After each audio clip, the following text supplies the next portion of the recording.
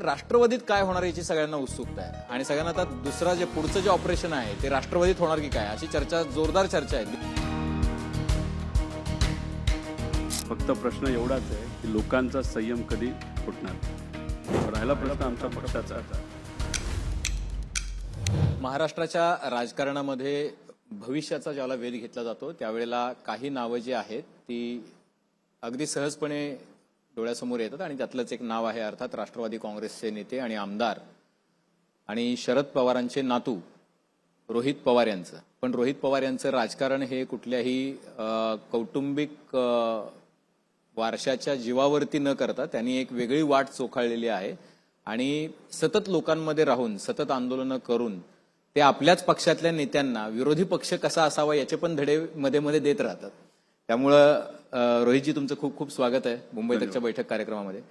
पहिला प्रश्न हाच आहे की आता आम्हाला प्रश्न असा पडतो की कुठून सुरुवात करायची. त्याचं कारण असं आहे की आता आदित्यजी आले तुम्ही बघितलं, आता काल परवामध्ये आता आम्हाला असं वाटलं की खासदार गेले त्याच्यामुळे आता थोडी शांतता असेल महाराष्ट्राच्या राजकारणामध्ये. काल परत एक आमदार गेले. आता सगळ्यांचं जे लक्ष लागलंय ते राष्ट्रवादीत काय होणार याची सगळ्यांना उत्सुकता आहे आणि सगळ्यांना आता दुसरा जे पुढचं जे ऑपरेशन आहे ते राष्ट्रवादीत होणार की काय अशी चर्चा जोरदार चर्चा आहे. दिल्लीमध्ये पण आहे, महाराष्ट्रामध्ये पण आहे, तुम्ही पण ते ज्ञात आहे तुम्हाला चर्चा. ऑपरेशन तुतारी नाव सुद्धा दिलंय हा. पत्रकारांनी. नाही, चर्चा खूप आहे पण तसं काय होणार नाही.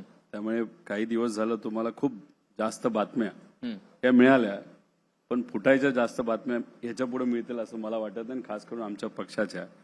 पण आजची राजकीय परिस्थितीबद्दल एक व्हॉट्सअप मला खूप चांगला आला होता.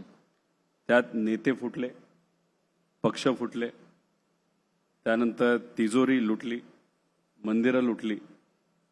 आता फक्त प्रश्न एवढाच आहे की लोकांचा संयम कधी फुटणार. खऱ्या अर्थाने लोकांचा संयम जेव्हा फुटेल, लोक जेव्हा रस्त्यावर उतरतील तेव्हाच ही परिस्थिती बदलली जाऊ शकते असं मला वाटतं. राहिला प्रश्न आमच्या पक्षाचा, पक्ष फुटेल असं आम्हाला वाटत नाही.